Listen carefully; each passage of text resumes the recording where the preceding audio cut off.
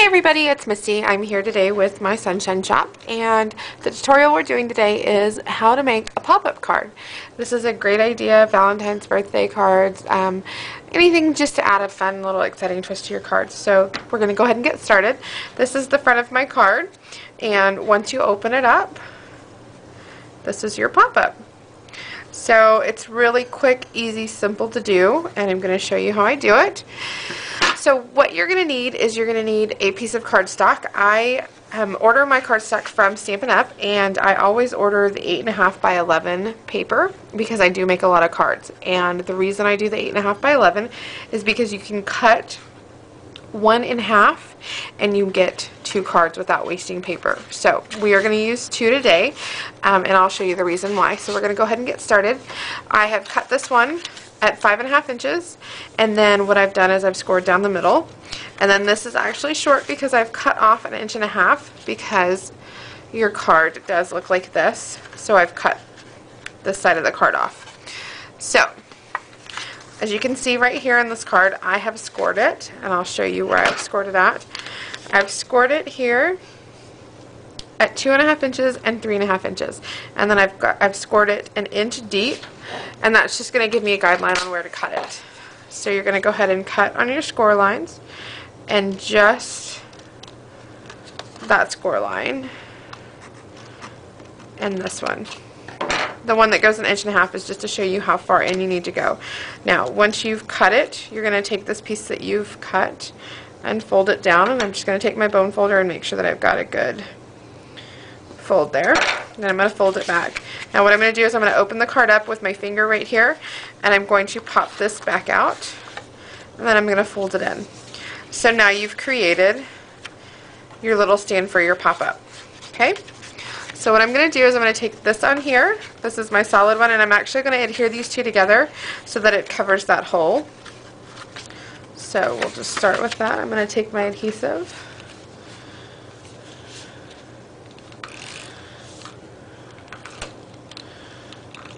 And I knew that was going to run out, so I have another one waiting. Always be prepared. Okay. So I'm going to just make sure that I line this up before I adhere it.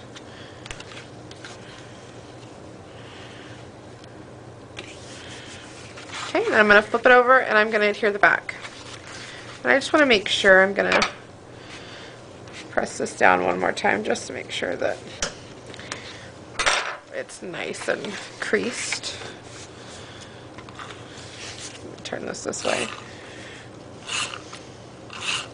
Make sure not to glue right there, because you don't want your pop-up to get stuck. Alright. So again, I'm just going to make sure with my bone folder that I've got a nice good crease here. That's all adhered. Perfect. Now we have the base of our card ready to go. We're going to go ahead and start decorating. So what I'm going to do is I'm going to cut these edges, and this is going to be a little tough. I probably should have cut them individually, but bear with me as I cut these out. Maybe. Let's see. There we go. You just got to be pretty firm with it.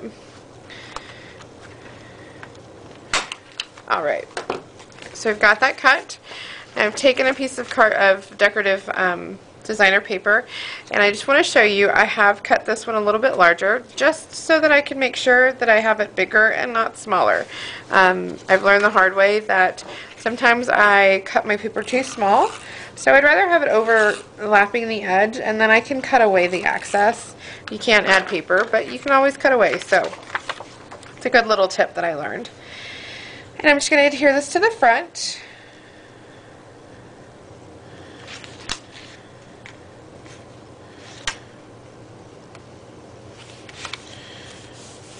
Perfect. Now what I'm going to do is I'm going to flip it over and I'm going to cut off my excess.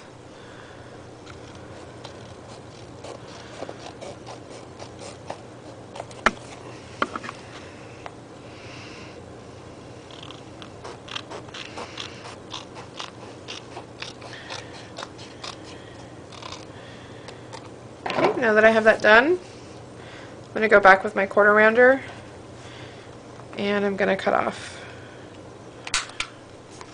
the extra paper.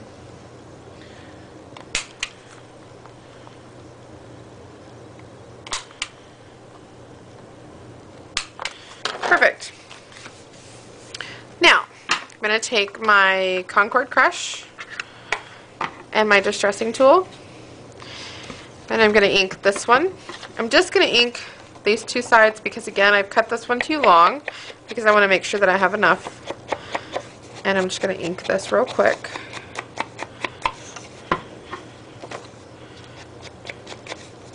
And then once I have it adhered and I'm going to ink the rest of the card, I'll ink the edges as well, these edges here. Okay, so for the moment I'm just going to do that.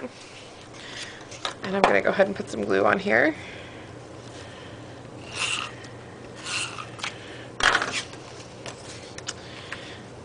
And I'm just more concerned about, I'm going to line up this corner right here and the bottom edge. Perfect. Now I can cut the excess off here. Okay. So now I'm going to go ahead and ink all of my edges. We'll start with the back. Go all the way around.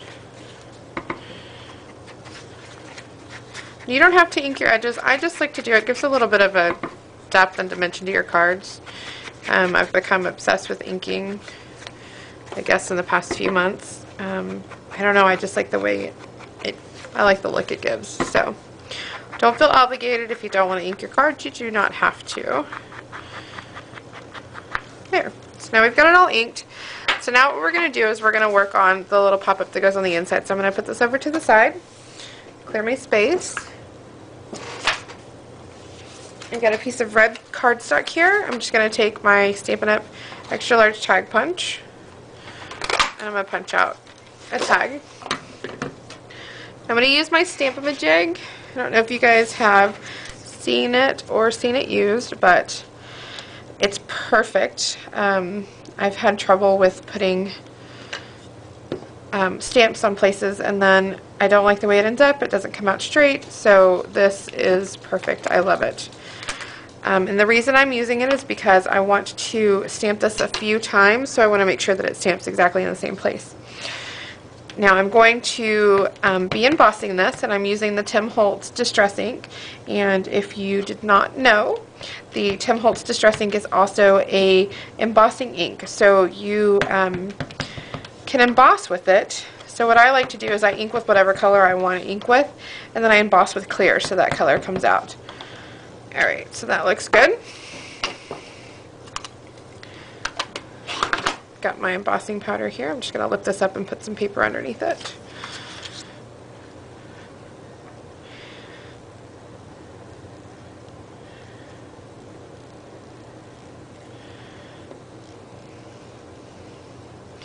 We'll just tap it off. Make sure everything got covered. I'm going to do it one more time just because I see a few spots that I want covered.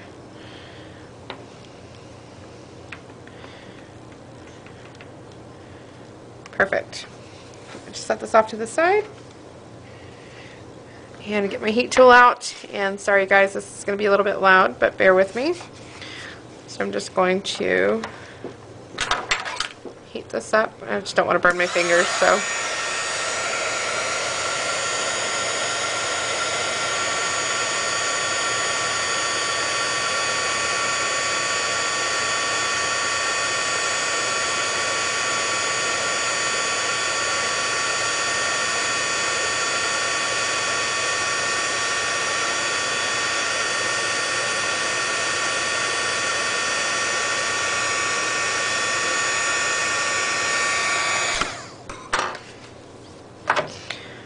Perfect. So we're going to let it dry for a second. Once it's dried, I'm going to just ink the very edge of this so that once it's standing against your purple paper, the inking of the edges is going to give it a lot of dimension. It's going to look really good.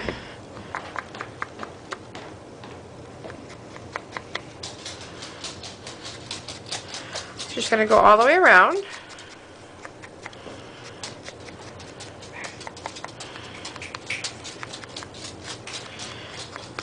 There we go. It's perfect. Now what I'm going to do is I'm going to take my card again. I'm going to turn this over and I'm just going to put a little bit of adhesive right here. I'm not going to go all the way across, just right in the middle. And I'm going to stick my finger right back behind here so I can make sure that I've got some pressure that I can apply. And there we go. You just want to make sure that, don't put it down too far because you want to be able to close your card without any extra pressure. So, perfect. Closes great. Now the last thing to do is to tie our knot or our bow. And I'm going to show you a quick little trick on how I tie my bows. It took me a while to figure out how to get my bow to lay the way I want it to. Somebody told me a great tip. I'd always tied my bows where I did this, and then I tried to tie the bow.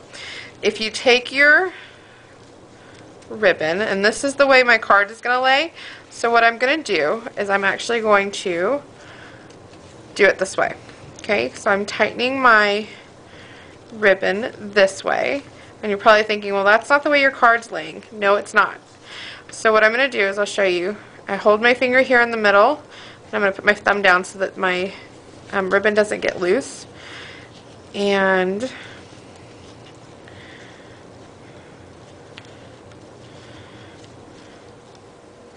once you pull it nice and tight, now your bow is laying straight. Had I not pulled it this way, your bow would be kind of lopsided, laying a little cockeyed. So it's a great little tip. I can't remember who told me that or where. I think I saw it on somebody's website and I thought, surely that can't be true, and I tried it, and I've been tying my bows that way ever since. And I always have straight bows, so perfect. So there we go, and I'm just going to cut off the edges. Oops. Get this one here.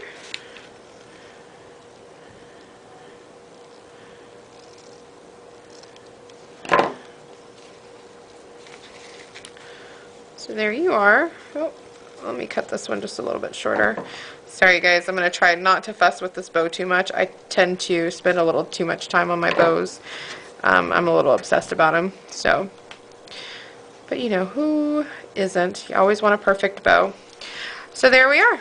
We've got the front of our card and the great little pop-up effect. It's a great little Valentine's card. So stick around guys, keep checking back on our blog. I'm going to post a few more videos on a few different ways to do some pop-up cards, another Valentine's card, and probably a birthday card in there as well. So thanks for joining us guys, and leave us some comments. We'd love to hear what you think. Thanks. Bye.